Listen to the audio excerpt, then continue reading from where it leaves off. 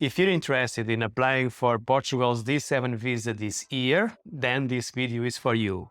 We will be covering everything you need to know to set you up for a successful application. Hi, we're Mia and Rafael, founders of Mal Portugal, a property advisory company that helps you buy property in Portugal like a local. Before we dive in, we kindly ask you to like, subscribe, and hit the notification bell. This really helps us out and allow us to continue pushing videos like this every week. A quick disclaimer, please use this as general guide. For more specific details, please consult with your lawyer or the SEF authority. While not too many things have changed as far as requirements for the D7 visa, there have been some slight modifications since the launch of the new digital nomad visa. If you'd like to know more about this visa, please watch this video. If you're just learning about the D7 visa, here is a quick run-through of what it is. The D7 visa, sometimes also referred to as a retirement visa or a passive income visa, is a long-term residency visa that allows you to live here in Portugal. Unlike the Golden Visa in Portugal, the D7 visa does not require an initial investment. The D7 is not only suitable for retirees, but for anyone that earns a passive income. Before the launch of the digital nomad visa, remote workers and digital nomads were also able to apply using their work income. But it looks like this is not the case anymore, and the D7 is veering towards only accepting passive income and directly people with work income to apply for the digital nomad visa. So this is probably the biggest change on the D7 visa for this year. So what qualifies for the D7 visa? The D7 visa is for non-European Union citizens who wish to reside in Portugal and have sufficient financial means to do so. These financial means can be presented in the form of passive income, for instance, rental income or financial investments, pensions or dividends. What are the requirements for the D7 visa? Along with your application for the visa, you need to include a personal statement explaining your reasons for wanting to move to Portugal. Of course, the passport that is valid for at least 6 months, clean criminal record, NIF number, of course, that is the Portuguese tax ID number. If you are applying with your family, you will also need to submit a copy of your marriage certificates and children's birth certificates. Proof of financial means to reside in Portugal, that is first adopt 100% of the current minimum wage in Portugal, which is €760 a month and €9,120 per year.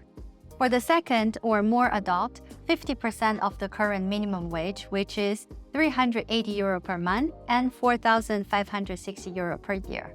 And then children under 18, 30% of the current minimum wage, which is €228 and €2,736 per year. You will also need to have a Portuguese bank account, and here we highly recommend funding it with more than the minimum amounts required to make sure that you have a strong application. And then you would need also proof of private health insurance coverage or travel insurance with medical benefits and the COVID-19 coverage. You will also need a proof of a residence address here in Portugal, and this can either be a rental contract or a purchased property. If your intention is to rent an apartment or home, you need to keep a few things in mind. As Portugal is a highly competitive market, the demand is much higher than the inventory. Portuguese consulate and embassies are asking you to have a legal proof of accommodation in Portugal. You must have this sorted out before applying for the D7 visa. With that said, this can also mean that you will most likely be paying for accommodation before actually using it. This requirement has become a lot more strict in recent years. Portugal used to accept Airbnb reservations as proof of residence, but this is no longer true. Currently, the requirement is a full legal proof of address in the form of rental agreement or deed that is at least 1 year and registered at Finanças, which is the tax authority in Portugal. If you need to secure a rental property in Portugal for your visa application, or if you consider purchasing a property and would like to have us at your side as buyer's agents, feel free to schedule a one-to-one consultation call with us. We would love to offer you some clarity. Unlike the Golden Visa, where you only need to spend 7 days average per year in the country, the D7 visa, you actually need to move and live in Portugal, as you will need to spend at least 183 days in 1 year or 16 months in Portugal for every 2 years.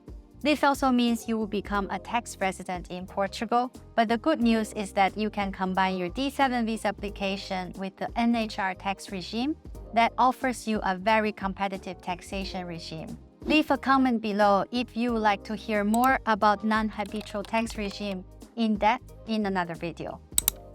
So the big question is, what are the benefits for the D7 visa? And one of it is that you would be allowed to travel freely within the Schengen area here in Europe. And another important benefit is that you could call family members via family reunion once you have been granted your D7 visa.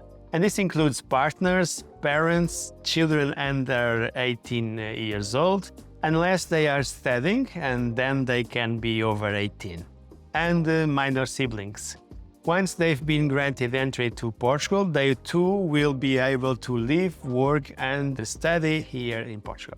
The D7 visa can then be renewed every 2 years, and after the 5th year, you can choose applying for permanent residency or for citizenship.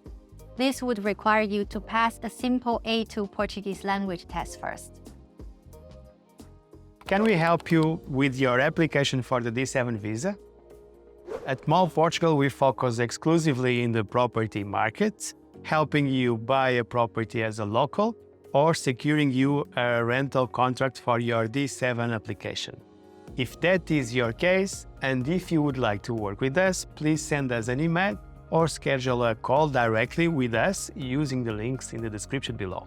On this note, we're very excited to share with you that we have launched a new service. It's rental service. It's the biggest pain point for everyone who wants to move to Portugal.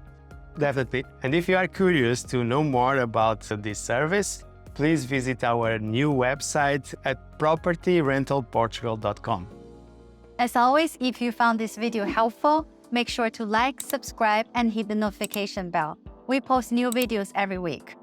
And don't forget to follow us on TikTok and Instagram too. We are quite active there as well.